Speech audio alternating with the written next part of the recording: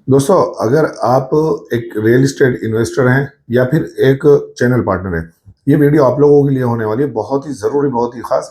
जो लोग 143 ज़मीन खरीदते हैं, यूपी के अंदर ख़ास तौर से जो 143 या 80C वाली जो ज़मीन खरीदते हैं और जो लोग बेचते हैं, कहते हैं कि ये 143 हो गई तो ये जो था CLU हो चुका है इसका।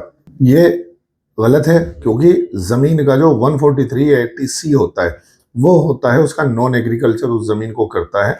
अगर आपको प्रॉपर उसको रेजिडेंशियल या कमर्शियल या इंडस्ट्रियल किसी भी पर्पज़ से यूज़ करना है, उसका अगला प्रोसेस होता है कि उसको आप CLU कराएँ, यानी उसको प्रॉपर रेजिडेंशियल, कमर्शियल या इंडस्ट्रियल में कराएँगे, तभी वो जो था वैलिड होगी। वरना आपने बहुत सारी जगह देखा होगा कि जहाँ पे 143 80C होने के बावजूद भी वहाँ पे लोगों ने मकान-वकान बनाए हैं और उसके बाद भी बुलडोज़र चलाए।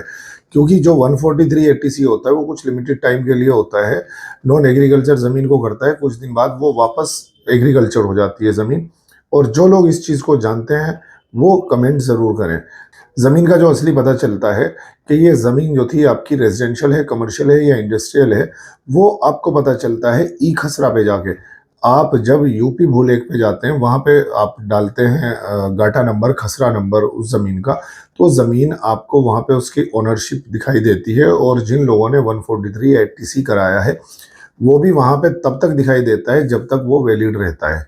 जैसे ही वो कैंसिल हो जाएगा, फिर वो वापस ज़मीन एग्रीकल्चर दिखने लगेगी और वहाँ पे 143 नहीं दिखाई देगा। अगर आप रेजिडेंशियल के अंदर कोई प्लॉट खरीद रहे हैं, तो ज़मीन आपकी नॉन एग्रीकल्चर के साथ-साथ आवासीय होनी चाहिए और वो स्टेटस उसका ई-खसरा पे चेक होता है। जी हाँ दोस्तों, जब आप ई-खसरा पे जाएँगे और e-खसरा.gov.in पे जब आप जाते हैं, तो वहाँ पे जब आप लॉगिन करते हैं, तो वहाँ पे लॉगिन करना पड़ता है आपको। वहाँ पे ऐसा नहीं है जैसे आप यूपी भूलेख पे गए और आपने वहाँ पे जो था खसरा नंबर डाला और डिटेल आपके सामने आ गई।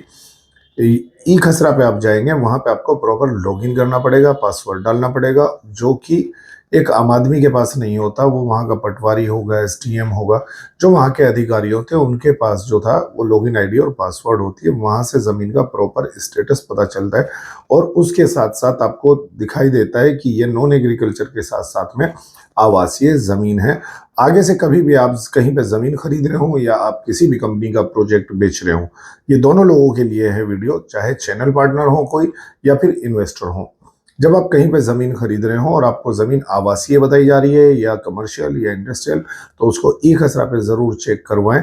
आप यहाँ से जब चेक करवाएँगे, आपको प्रॉपर ज़मीन का अपडेट मिलेगा कि ज़मीन किस टाइप में है।